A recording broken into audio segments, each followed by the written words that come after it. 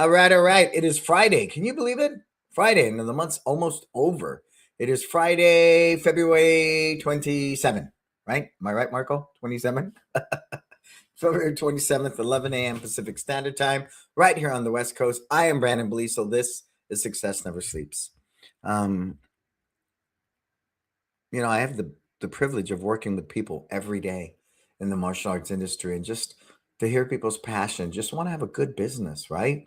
I want to be profitable. I want to save for retirement. I want to buy my dream home. I want to go on vacation. I don't believe you're asking for a lot, but to get to that point, you're going to need to do a lot.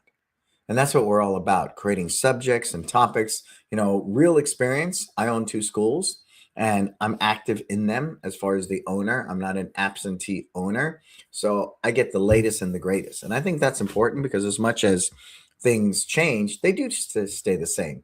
A front kick is a front kick is a front kick all day, every day, right? But nuances, digital marketing, the way children are after the pandemic, excessive screen time. We're dealing with a lot of different variables, and your ability to be open to that learning and making those types of pivots and adjustments in your business helps position you as an investment to families, right? We know self-defense is a big issue.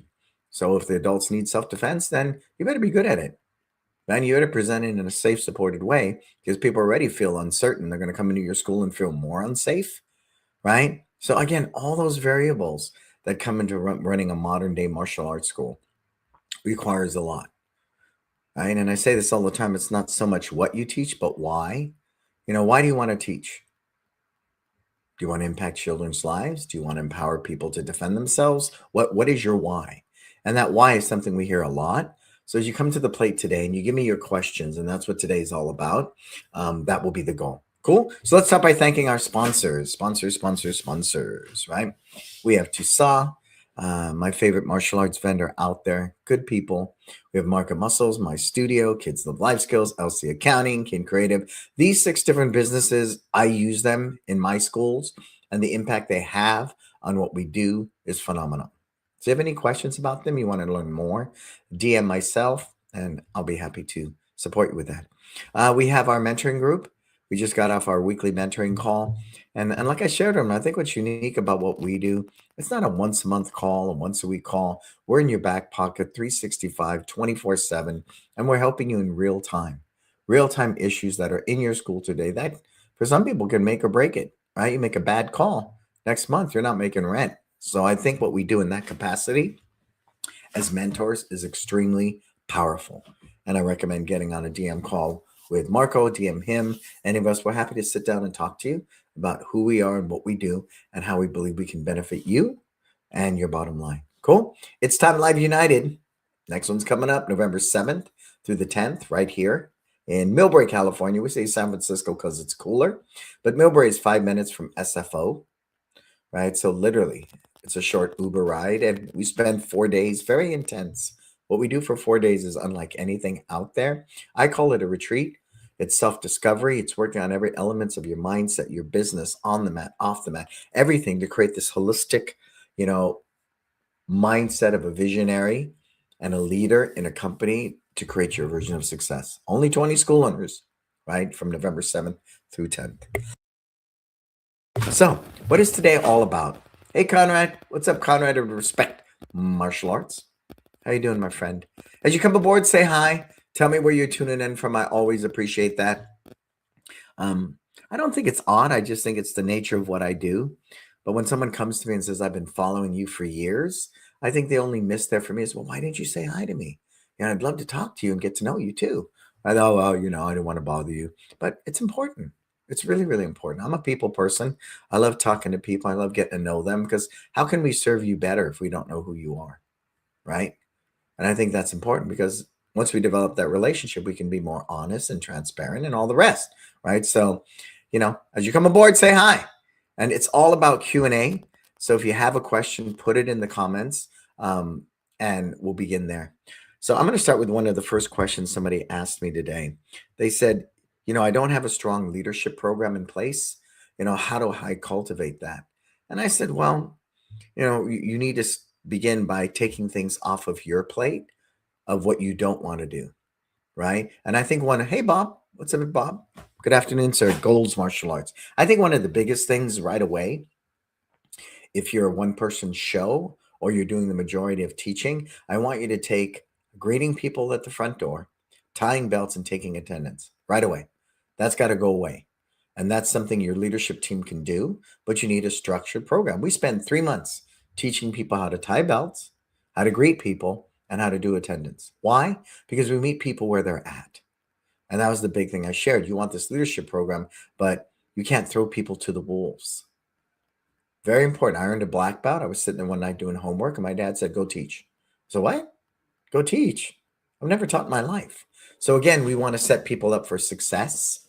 And when I first started cultivating my instructor training program, the first thing I recognized is I have no time between classes. Okay. So when are we going to talk to parents? When are we going to do that? Well, I need somebody at the front door, greeting, tying belts, taking attendance, and I need somebody warming up the next class. The warm up and stretch is 5 to 8 minutes, right? Roughly. So those are the two things I replaced right away. Right away. Because it allowed me at the minimum to sit down, have a sip of tea, reset for the next class. And that is powerful in your mindset. If you're moving from one class directly into the next one, that can be extremely stressful. And that's why people will often say 5 hours of teaching in the martial arts is like an 8 hour job anywhere else. You with me? You with me? So that's, I said, is super important. But the one thing, hey, what's up, James? Resilient Martial Arts. How are you, my friend? Loving your social media posts, sir. You're getting much more messaging. I'm hearing the stories, James, in your messaging, and I like it.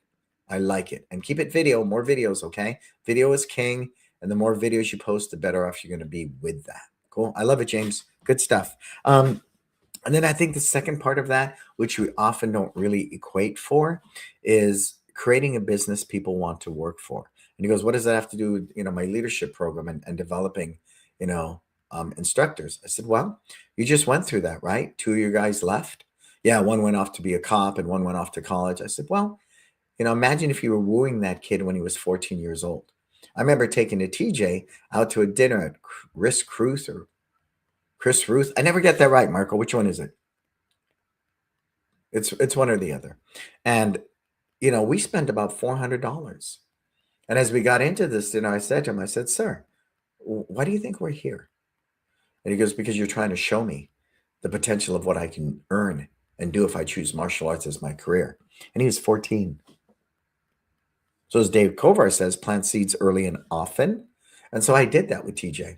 And it was so cute. I cried the other day. He did a new post for the team that we as the instructors need to be the biggest fans of our students. They're already coming there with low self-esteem, low self-worth. And I'm saying be fake and be a cheerleader, when they're not doing a good job. I'm talking about being the biggest fan. And think of being a biggest fan. Maybe I like Prince back in the day. And I still love his music. I'd listen to his album, and there were some songs on it I thought sucked. And I was okay with that. But I was still Prince's biggest fan. So it's the same thing here. And when TJ wrote that, I was sharing that with the school owner. That's what you need to do. You need to be looking early in the game at 12, 13, 14. And then I remember having the conversation with another teenager that was in his senior year. And I took his parents out to dinner.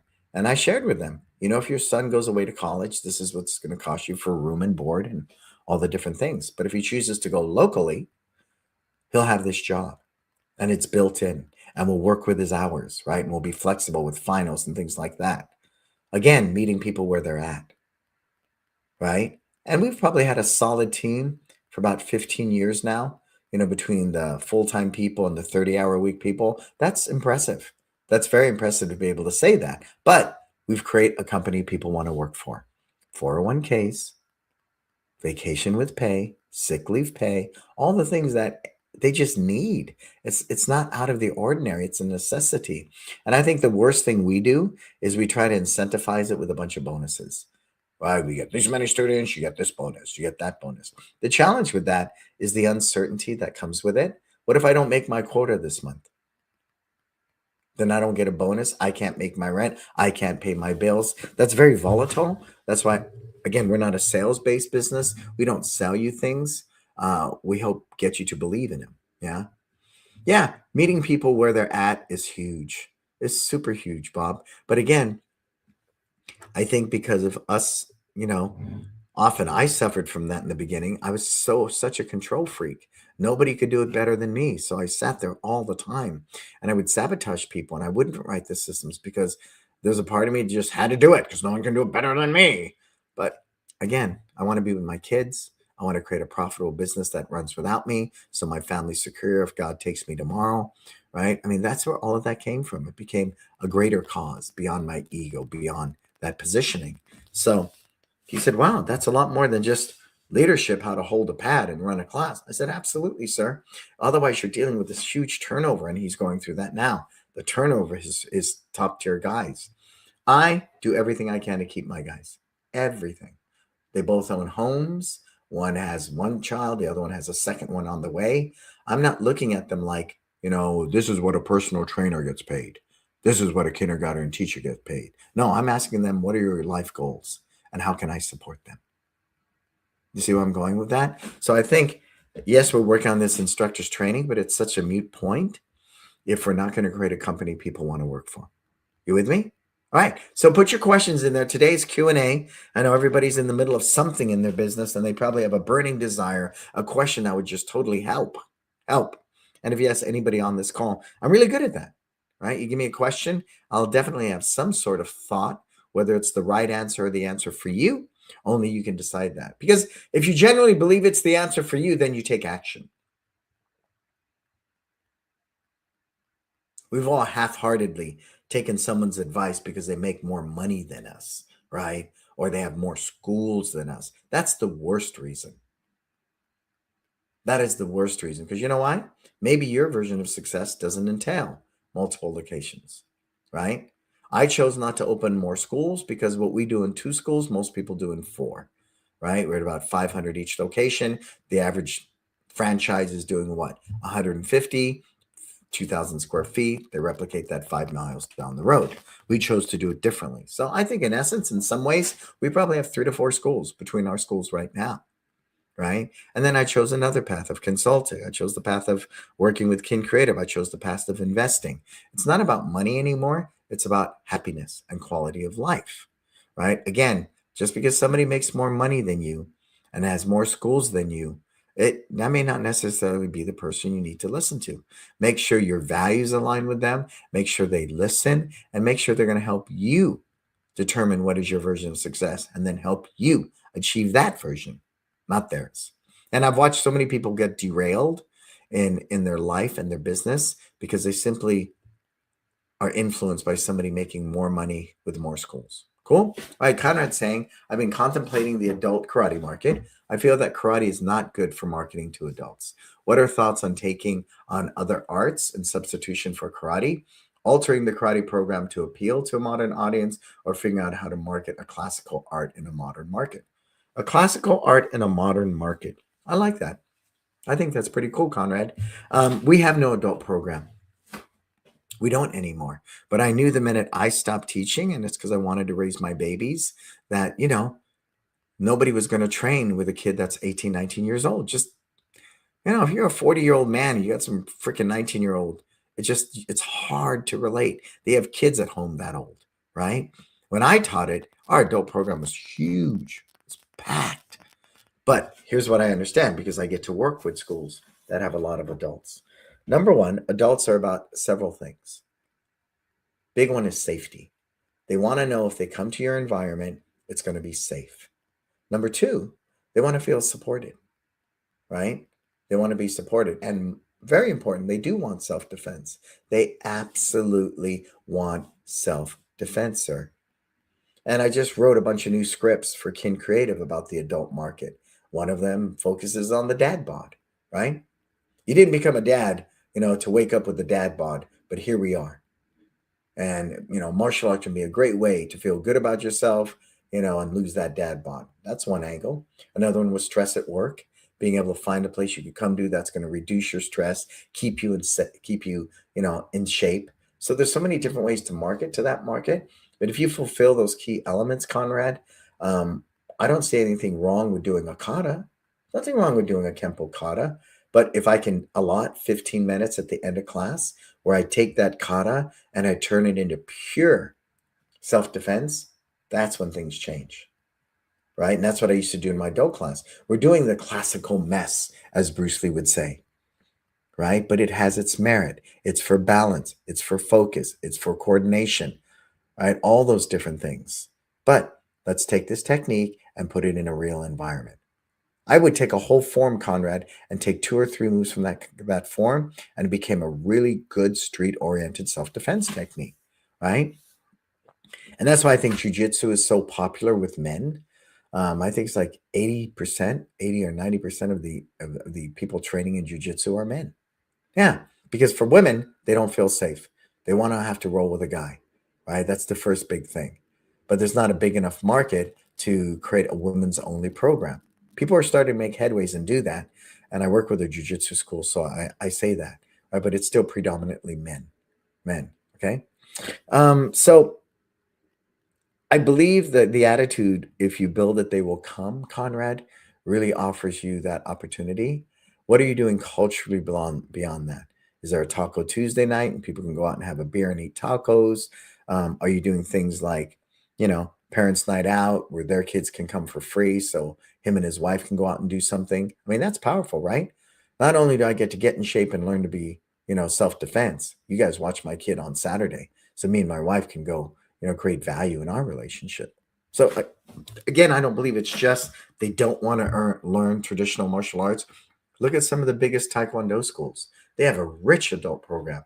Now, that adult program might be 10, 15 years old, right? It might be 10, 15 years old, or people have been going there as adults forever. But nonetheless, there are adults out there training, right? We get a lot in Krav Maga. We get a lot of adults in BJJ, and there's still a significant amount in Taekwondo, right? I think it's a matter of understanding why that program is there. Does it fit your culture? And are you willing to make that investment? Because think about it. I mean, if you invest enough into something and work hard enough at it, it'll eventually come to fruition. But I'm not against having other things come into your school. But here's my experience. I had Qigong, Tai Chi, yoga, Aikido. We had a bunch of stuff at one point because I was scared I couldn't make rent. And it was just haphazard. There was no one consistent message. And each instructor wanted to do things their own way, right? There was no real brand message. There was no real culture. It was just like this park and rec center. People rent it out, right? So we got rid of that pretty fast and wanted to create this consistent brand that people could move up, right? Once I get done with youth karate, I move right into the teen and adult class. So, I mean, it's a bigger subject than that. But, I think the adult market is very viable, but you need to understand who they are and why they want martial arts, and then speak to them as the solution why they should come to you, right? Why they should come to you. And should there be some type of grappling component? Absolutely. We know it's just mainstream. And if I end up on the ground, I want to at least have 1 to 3 things that would actually work to help me stay safe. It doesn't have to be a black belt in jiu-jitsu either. It just has to be the most cream of the crop, best stuff, and you're trained on it really, really well, right? We're Kenpo guys. So I like to hit you first and disorient you. Then it makes the rear naked choke or the shoot taking you to the ground just much more efficient. Everybody with me on that? Yeah. Yeah. Hey, Chris, from the bottom of the world. Chris is on the other side. Australia, right, Chris? All the way from Australia. Chris Cameron. How are you, sir? Yeah. So put your next question in there, folks. I hope that helps, Conrad. If you have any other follow-up, please put it in there. Yeah, but I do like classical art in a modern market, in a modern world. So what is the value of a classical art? Well, history. It's proven, right? It's like classical music. Some people like it, some people don't. But if you say we take this classical art to create balance and, to manage your stress and keep you fit, and we temper it with real world self-defense, we think that's a good balance, right? There you go. I like it. I like it. Yeah, there's a lot of potential there, especially with your brand Respect Martial Arts, right? We respect you and meet you where you're at.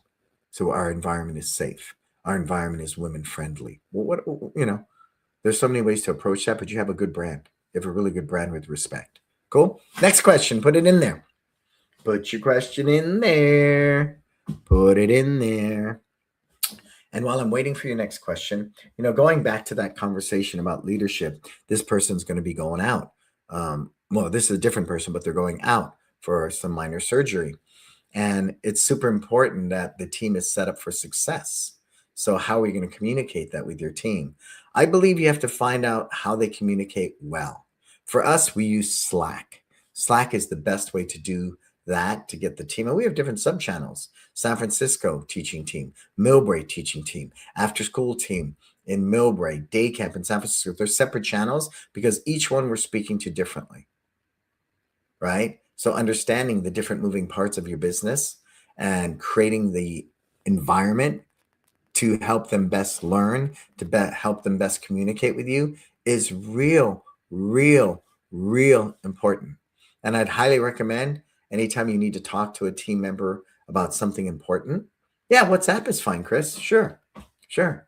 The point is, I don't want them at social media. I don't want to do it at Facebook, TikTok, because they're going to scroll away and get distracted. And it's just such a pain in the ass. So I don't do that. So we like Slack. WhatsApp is a great platform too. Sure. Absolutely, Chris. But the point I'm trying to make with that is understanding how people best learn. I wouldn't sit there on the mat and have a meaningful conversation, with people about communication. I want out of the uniform, out of the school, because that stigma that comes with I'm the professor and they're still a black belt, not a good conversation. I need autonomy for my team. I need them to be open, and that's powerful. I meet with TJ every Monday at my home, and we sit and talk. I treat him like I would any other school owner, and I mentor him like any other school owner because I need him to think like a school owner because that's what provides me with freedom, right? I don't need him to think like a manager. I don't need him to think like my second. I need TJ to think like an owner, like me. So he makes owner calls, owner decisions. And he's so brilliant. His growth is phenomenal. I praise him all the time.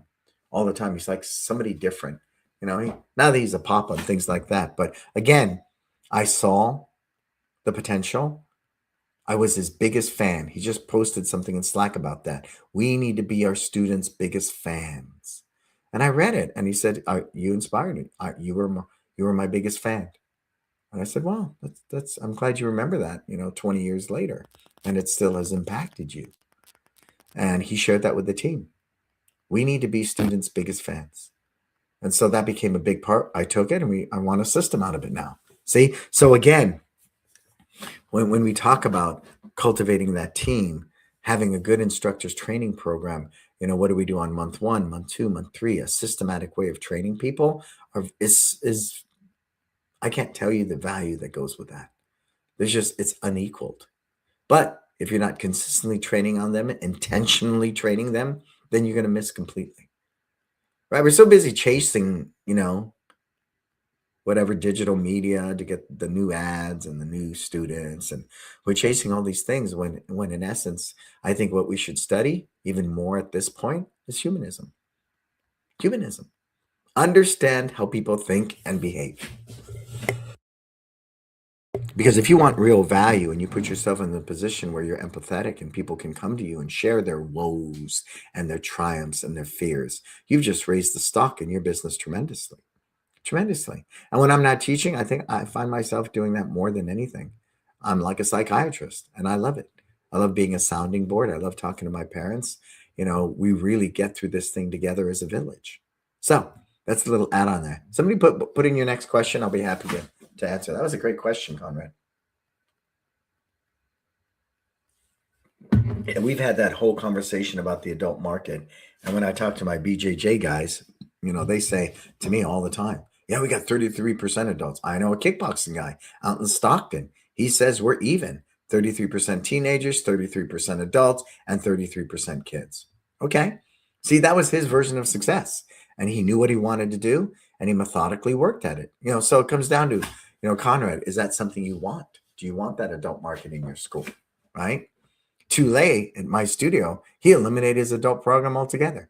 He decided if he was hyper focused on be a kid-centric environment, that would be much more profitable, much more of benefit to him. Does that make sense? Yeah. So I think the biggest challenge is we tend to admire people that are making more money than us that has more students than us and has more locations than us. Now, while some of that may be true, I really believe you should invest all of your time, the majority first, into understanding what is your version of success.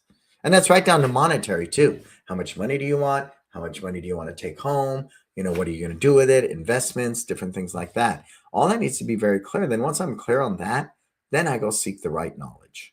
And I think that's the biggest disconnect in just any industry.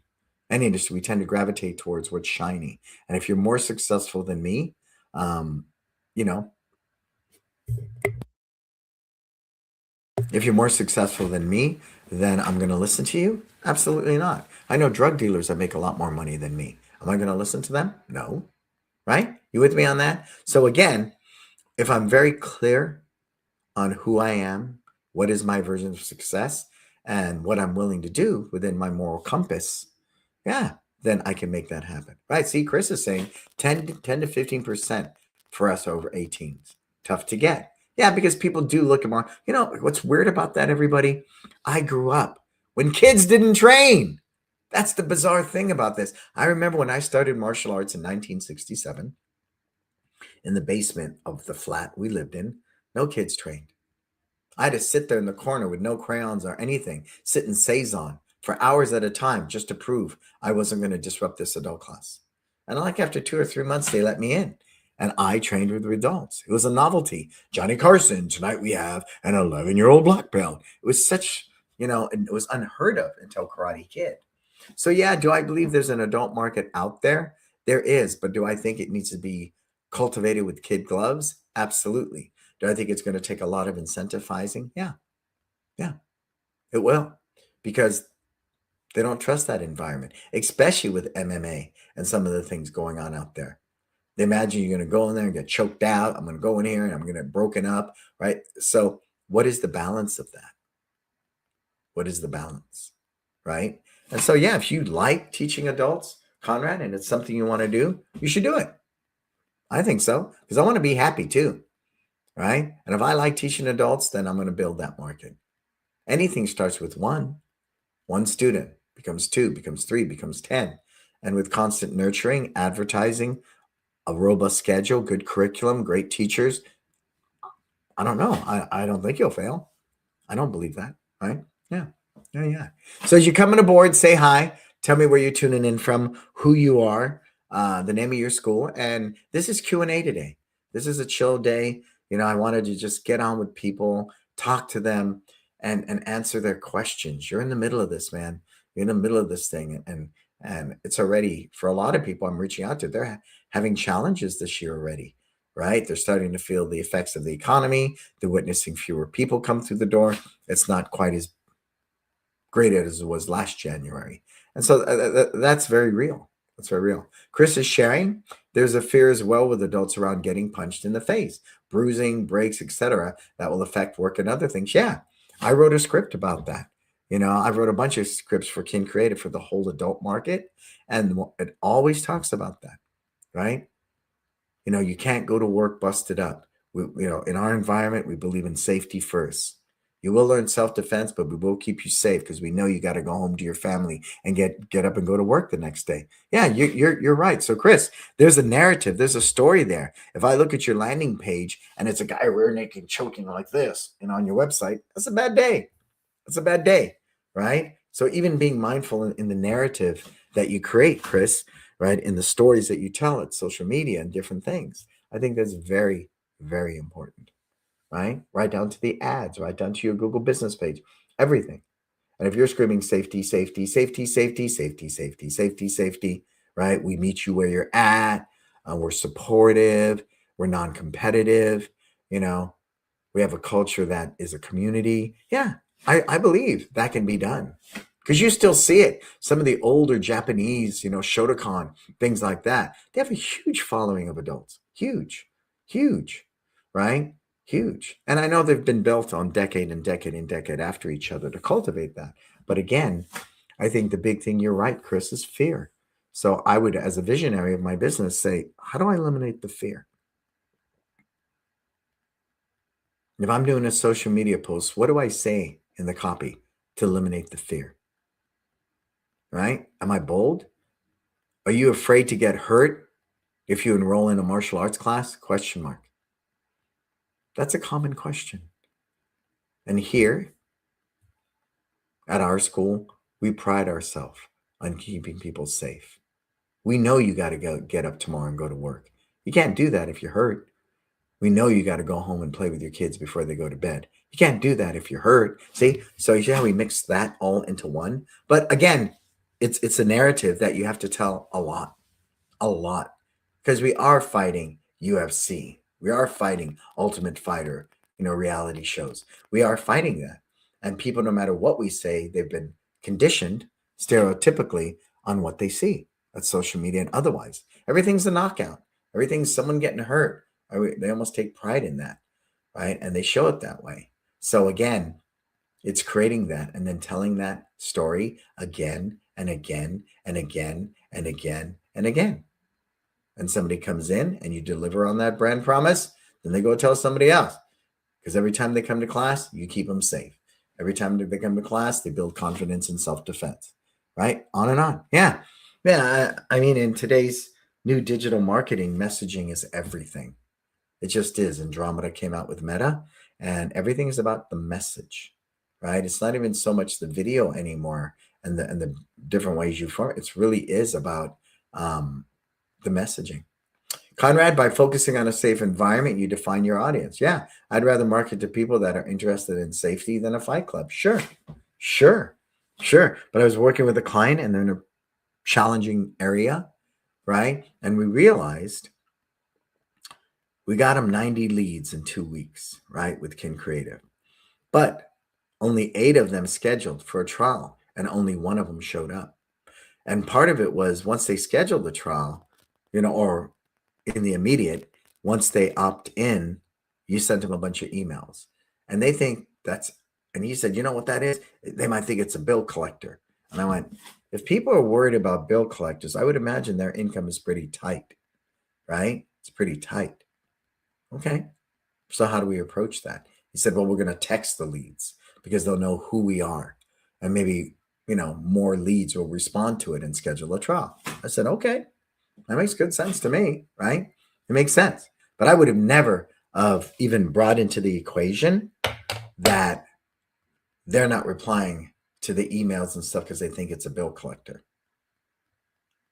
Again, you got to know your avatar. You got to know and if they're at least opting in and they're at least, scheduling a trial or they're at least opting in and you're calling all these people. And, they told me that his team said they were saying things like, don't call me. I'm not interested. And you're going, well, why did you put your phone number at all here?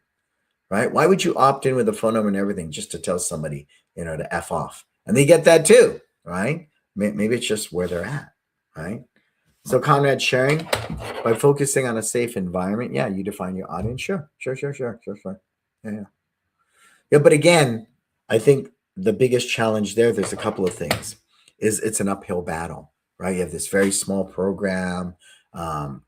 It's not generating the revenue that you want. So it's a longer road to hoe, right? But if you have a kids program and it's rocking, I would fuel that fire. See, that's the mistake I think people often make, Conrad, is they want to start another revenue stream, right? They want another revenue stream. And while I understand that, because we have an after-school pickup program, we have day camps, we have birthday parties, I understand that. I think if my martial arts program is rocking hard, I want to have a bigger schedule. I want to run my ads harder for my youth karate program. You with me? Right. So again, and once it's to that point of generating revenue where I can take that profit and put it into a new program, I would. But I don't want to take advertising dollar away from the program that's my bread and butter and put it into something that could be hit or miss. You guys with me on that? That could be hit or miss. Cool. Next question. Put them in there. This is all good stuff today, folks. I'm digging it.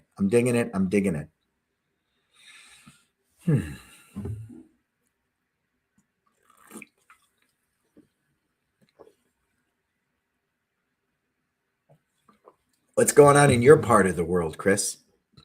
What you got new? What you working on over there? And from the other side, Australia, right? What are you working on over there, Chris? Huh? Um, One of the biggest things we're on right now, my team and I, is culturally communicating our philosophy, right? Clash thresholds? Wow. Wow. Well, when is the time to pull the pin on a quiet class? So define that for me, Chris. New Zealand, New Zealand. Yes, New Zealand. So clash thresholds. What does that mean? You're maxing out in certain classes? And when is the time to pull the pin on a quiet class? What do you mean by a quiet class? It's not well attended? Just give me a little more clarity on that, Chris. New Zealand, New Zealand. Um, and while I'm waiting for that answer, we have a relatively small kickboxing program, but it's after kid hours. It doesn't really affect us. We don't have a big adult program. So the kickboxing is a cultural thing for us. We've had it for 25 years in San Francisco, 10 years in Millbrae. And it really is. Our parents attended. So it's become that. Is it one of our biggest money makers? No. No, not at all. But we choose to keep it because it does that for us, replacing a quiet class with a new one instead of sticking with the quiet one, trying to get it filled. Yeah, I mean, we've had classes and we're always ready to change our classes, because they ebb and flow, right? We had and TJ kept sharing this with me, and for some reason I was very hard headed and I didn't get it. He goes, "We're very top heavy now because we didn't get a lot of white belts and stuff during the pandemic. But coming out of the pandemic, we got this rush, right, of people. And now all these people are up in year three, right? Year three, right? Because the pandemic was ended in 2022. Here in California, it was much worse. So might have been more like 2023. So these kids are all year three students. So we're extremely top heavy in year three.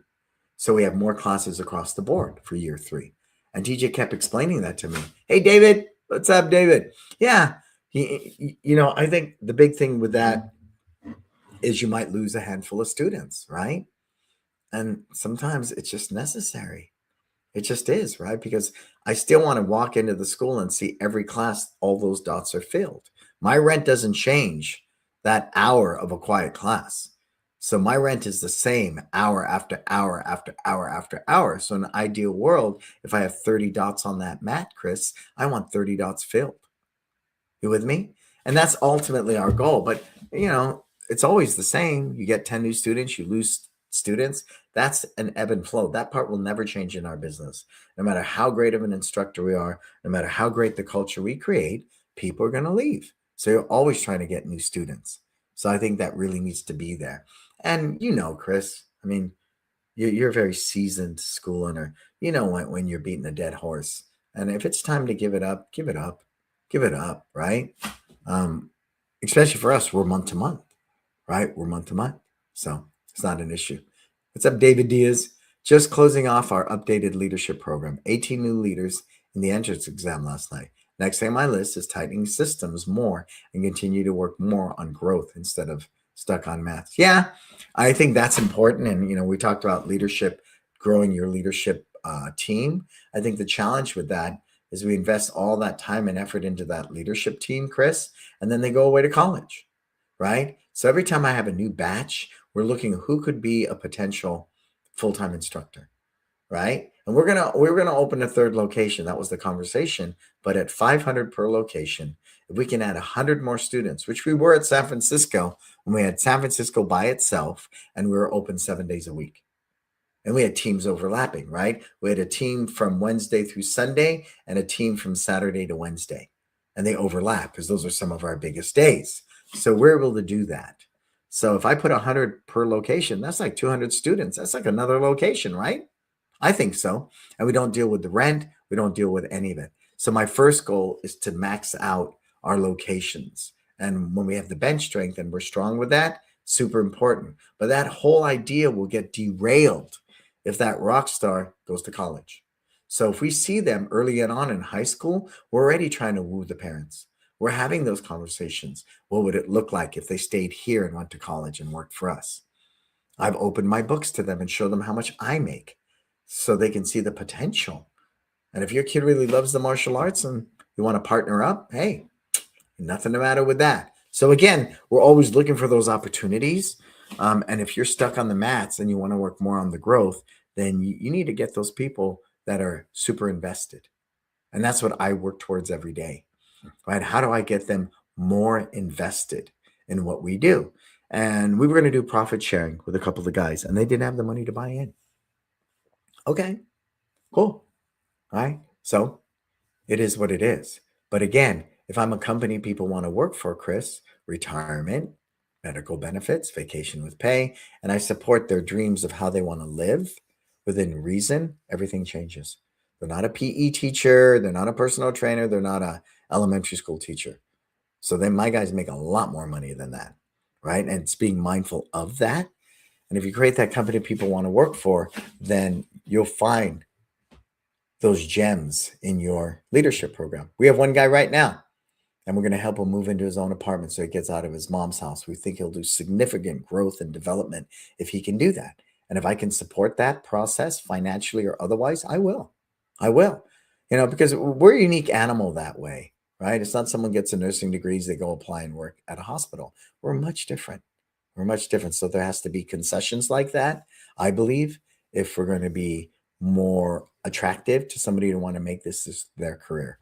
But make no mistake, you have to have competitive pay, right? They have to have retirement, a funded retirement, all of that. Just like any great company, I've lost great people back in the day because they simply couldn't afford to work for me. That sounds weird, right? They couldn't afford to work for me. Yeah.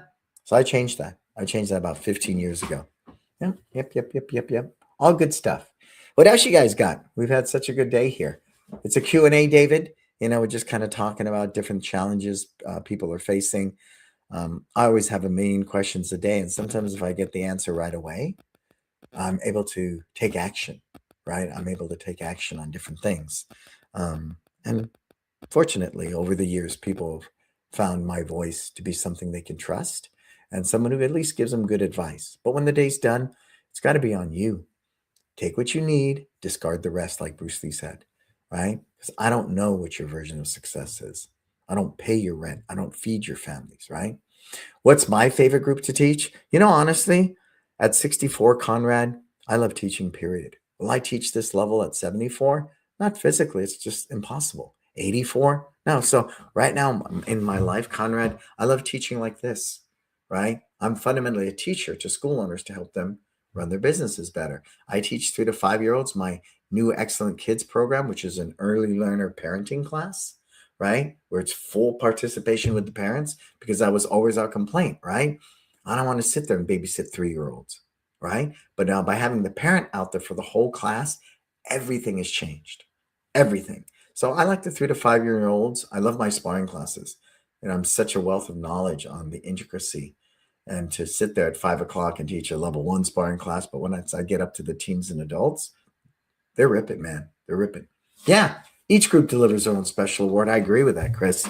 I agree with it. And then, I end my Thursdays with a kickboxing class. So I get to work out and I'm with a group of people I dig. Right. But and I'm only teaching 1 day a week. So I don't know if there's a better group I like to teach. That's just the groups I get that are scheduled for Thursday classes, right? I schedule for Thursday classes. But again, I think what I love most about teaching, period, is the discipline of leadership by example, right? I believe even at 64, I'm pretty fit. I'm a good example for people to aspire to be as they get older. I do have a lot of knowledge, right? I don't know, at 50, I started at 5, I'm 64. So what? 15, oh wow, 59 years of martial arts training, and so I have some knowledge to share with people, and I love sharing it. You can only keep what you have by giving it away. And if I have all this good knowledge and I squander it, you know, then I think that's a shame. I think that's a shame. So yeah, each group has their own special thing. Anything else today before we start wrapping this up? Before we wrap it up. Um, I think, when just diverting to marketing, because I had this question this week, I market at Facebook. Yeah, it just hurts as you get older. Absolutely, Chris. Oh yeah. Oh yeah. Everything hurts as you get older. I got a Theragun. I got lots of stuff. Advil is a really good one. Um, I do believe you need digital media. I think the hard part is there's so many fly by night companies out there. Who do you trust? Right? But again, that's one piece of the picture of getting new students. You have to make sure your Google, your Facebook, your Instagram, everything has to be consistent. It has to be so consistent. And I would recommend you go back and clean everything up, because I think one of the things that is important in marketing is consistency. Consistency earns trust. And so I think that part is very important. And you could just change your whole, you know, generating better leads, getting more students, if you would just be mindful of that. And if there's something at your website that doesn't match your social media post, fix it. It's not uncommon for me when I schedule a post that it's the graphic that's in the Facebook ad. It's the graphic I'm using in the social media post. It's the graphic that you'll see at the website. That, even right down to the micro level, that sort of consistency, because it shows familiarity, is super, super powerful. Yeah, Advil. Yeah, that's why I don't do ibuprofen anymore, Conrad. I'm not big on that stuff anyways, so I normally don't take it. Hey, there's Ralph. Ralph is my hero, all the way in Switzerland. Yeah, we have Switzerland and New Zealand here, Ralph. We got New Zealand too, and so that was very important. But your retention events, I should be able to look at your Google Calendar right now, and every month there should be a retention event, right? So I think we didn't do one in January just because it was the beginning of the year. February was Valentine's Day Parents Night Out. March, St. Patty's Family Fun Day. Then we have an egg hunt.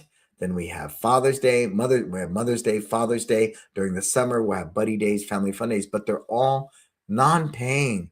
We don't charge people for this. We create value. Because if I give you $100 and you give me $500 worth of value, it's a good day. It's a good day, right?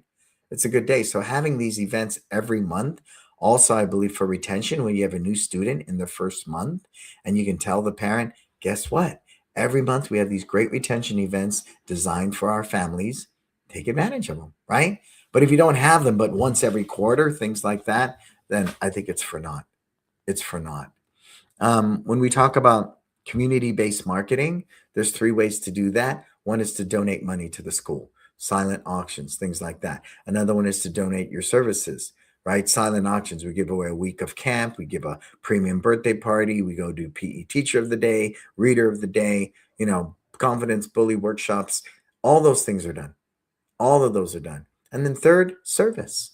Service. In our mentoring group today, we're having that conversation. And he said, I'm going to the school to help assist in something. And it was nothing to do with martial arts. And I said, that's really awesome, sir, because every school district needs additional volunteers all the time, all the time. And when you position yourself, everything changes, right? Free but welcome donation seems to work. Yeah, grab a free ticker, grab a $5 ticket. Yeah, sure, absolutely. I don't think there's a right or wrong. I just think I really want to share the culture of live your best life at One Martial Arts, and I want added value, added value, added value. To me, that's just huge, huge. I remember going to Hawaii, and then they charged me to park my car, right, my rental car, and then they charged me to use the gym. It was a facility fee. And I'm like, what? We're paying a lot of money for this room. And you're nickel and diming us all the way across the board. So it never left a good taste. And it's not one that I believe in, right, for what we do at One Martial Arts. So we're mindful of that. So you got the retention events. I hope you have one every month for the whole year. You should have lead generating events, one a month for the whole year. You should have community-based marketing where you're out in the community. I have the cotton candy machines. They get scheduled. They're in rotation. I think this Sunday we have the Girl Scouts coming in, to earn badges and do a couple of different things. Check it out, though. I think what I learned was they said the Girl Scouts now have their own martial arts badge. So they had a list of requirements. They want to break a board. They want to learn martial arts moves. They want to learn about bully awareness, and they want to learn about safety. Okay, we can do that. We can do that, right? We can definitely do that. And so again, yeah, we do. The special team for the events are all those, 15, 16-year-olds. They're great at the birthday parties and things like that. But you always want one strong lead. And for me, it's either TJ or Lucas, but we also have Mr. Moore and Sifu Bender, right? They're the other ones that can do them quite well. So if TJ's busy or Lucas, it's there. I don't do these events. I haven't done them, but I did choose to do the Parents' Night Out this year because I wanted to train the team culturally. So I got time. I got time. So I chose to do it. But and that's where the after school person comes in, right? The job description that we have. You're an after school person. You also work day camps during the summer, and some weekends you'll do specialty events because I want that after school position, Chris, to be year round, 40 hours a week, right? And the after school program is only 12 to 6. So you lose 2 hours Monday through Friday, right? So we don't want to inundate all their weekends, but say they miss 8 hours, right? Because they're only working 6 hours a day. That's only 30 hours that week. I'm always trying to find ways to get them another 10. And whether that's prepping, ordering supplies, planning arts and crafts, sure, as long as I can get them up to 40, then we become more valuable to them. You with me? So I'm looking for that. And so that's part of it. And yeah, we got a good bench. Our bench strength is getting better and better and better. And I'm really proud of that because you're right. On a Saturday, my core team making top dollars, I don't want them doing those things, right? I don't. I don't. But if they want the extra hours, they always have first dibs. There's always that pecking order, right? And we got kids chomping at the bit. I want to buy a car, sir. Can I get more hours? Sure, sure, sure. Yeah. So it's not a special team. You just want to make sure you have the best team for the event. That I think is the bigger thing. Cool. Anything else today, folks? And I'll start wrapping this big dog up. It's great to have Chris from New Zealand. We got Ralph from Switzerland. Conrad's down in LA. Bob Pool's on the East Coast. Not Conrad. James is in Colorado. So it's wonderful, man. It's just a good thing. And I thought today would be really fun because we're all in the middle of it. I'm in the middle of it. Last year, we revamped the whole curriculum from white to black. It was time. It was just time. We were still, because we're Kenpo, we're still too, you know, it's about memorization. There's like 1,000 billion moves, right? It became about learning and comprehension, learning and comprehension. And we know it. The team hates teaching it. The kids don't get it. And you can't put a square peg in a round hole. So we revamped the whole curriculum from white to black. I shot every new curriculum video. Thank you to Marco for authoring those. And then we had to retrain the team. Then we just introduced something new. Once you earn your yellow belt, you no longer have to move to a different class in a different time, which was level 1. We now have beginner and level 1 in the same space. So when they get their yellow belt, they go right into the program. So imagine if you're a new student, you don't have to leave the class time, for a whole year. Isn't it that way in most regular schools? Duh, right? Duh. So we found that created a lot of anxiety for kids. And by allowing them to stay in the same class for a whole year, we're already seeing the results. All right. TJ kept pushing that at me, and I didn't get it because I was so hell bent on doing a white belt only class, best experience. But then after 3 months, they were just like so coddled. They'd go into a level 1 class and be like, holy Christmas. This is like, wow, wow. Because it was much bigger, it was overwhelming. And now the transition's much smoother. And because we revamped the year 1 curriculum, we're finding when the kids leave Excellent Kids at 5 years old, they're not having to put their membership on hold until they're mature enough to comprehend the Kempo curriculum. That was a big thing, right? So when they leave Excellent Kids, they can roll into youth karate and be very successful with the program as a 5 and 6-year-old. A lot of the stripes have become single techniques. I think it's our confidence as instructors to take one technique and make it feel like you're doing 10 different ones. And when you disguise the repetition as they preach, disguise the repetition. That's really the art, right? That's really the art. So like an event planner role to run those extra events. Yeah. But see, a lot of it, especially on the weekends, Chris, is based upon availability. And I'm not going to chastise my team because they got a life outside of my business. So you ideally don't want to have a specific event planner. You want to have a couple people that can fill that role. Right? Sometimes TJ and Lucas does it. Sometimes Sifu Bender and Mr. Moore do it. But we always have this strong teenage support staff for all those types of events. Absolutely. Absolutely. And you know what's cool about it? They'll consciously rotate. TJ will do one event, his brother will do the next, Mr. Moore will do one, Seafood Bender will do one. So no one's weekends are all taken up, but we're all supporting each other. And that's what we want the after school person to do, start doing some of these events as well. Yeah. I mean, it's we orchestrate this thing, Chris. But again, 25 years in SF, 10 years in Millbrae, we're still doing $2 million a year. It's hard to do that year in and year out. And other than the pandemic, we've done that pretty consistently since 2019. Knock on wood, we can keep changing because it requires change to keep up, right? You do the same old thing, you get the same old results. You think the same way. And when something's not working anymore, you got to be mindful to say, this don't work. Let's make that change. And really for me, because I don't teach all the time, it was the guys. It's really having the humility to go, okay, guys. That's what they said to me. We know better, professor. We teach more than you do. We know what works and doesn't.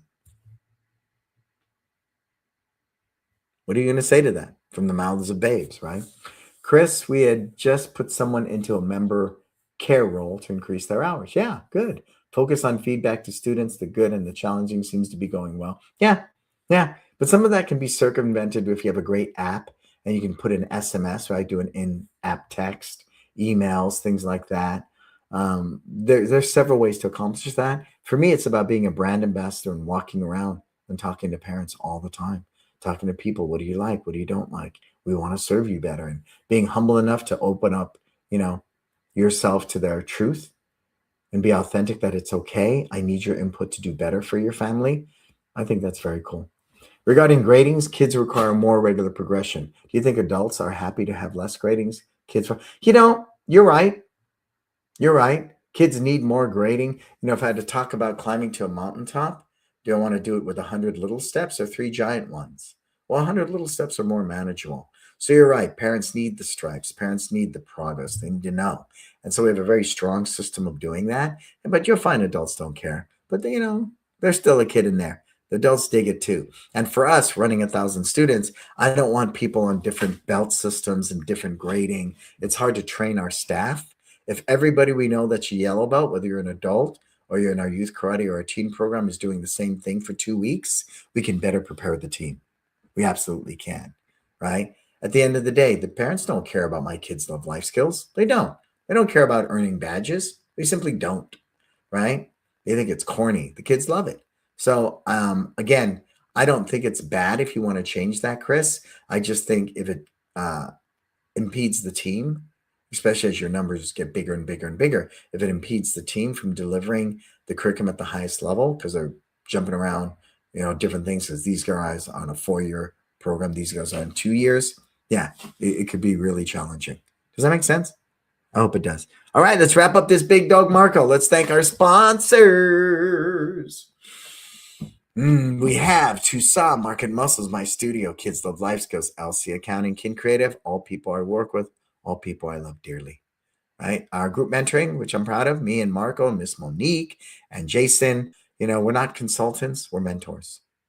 We're in your back pocket 24/7, 365. We own schools. We're in the mix like you, and again, like I shared, sometimes people think the mentor is the guy making more money than you and the guy who has, thousands of locations. Not necessarily. You want people that get you. You want people that are going to help you create your version of success. And for me, I like being a hands-on to a certain extent because I'm more in tune with what you go through every day. Cool. And then It's Time Live United coming up November 7th through 10th. 20 school owners right here, Millbrae, California, 5 minutes from SFO. It is a retreat. 4 days with us will change your life. It's not Vegas. It's not 2 days of eating and drinking and stumbling into 1 or 2 events. No, it's really focused. 4 days of very intense learning with a group. It's just, I would never do it. I've spoken in rooms of 500 and it has some impact. But really, the way we do this event, and this is our 9th year or 10th year, wow, it's just pretty amazing. Pretty amazing. So consider that. Where can you find me? Everywhere. My YouTube channel, the podcast Success Never Sleeps. There's 10 years of learning there. YouTube, iHeart, Apple Podcast. Subscribe to it. I think it's a great podcast. We've been around for 10 years, and it's a progression. Probably what I said 10 years ago, I wouldn't say today. But nonetheless, I think it's very valuable learning. Also, subscribe to... follow me at Instagram. For everything else, go to Brannon Beliso Again, Chris, thank you for tuning in from New Zealand. Conrad from in the South, down in Southern California. Ralph, all the way from Switzerland. James, you're there in Denver. Bob, you're on the East Coast. Maryland? I want to say Maryland, Bob. I never get that right because all the states are so small there. They're so close and small. Cool. Marco, thank you for holding down the fort as always. I am Brannon Beliso. This is Success Never Sleeps. Until we talk again, please, you go out there, live your best life.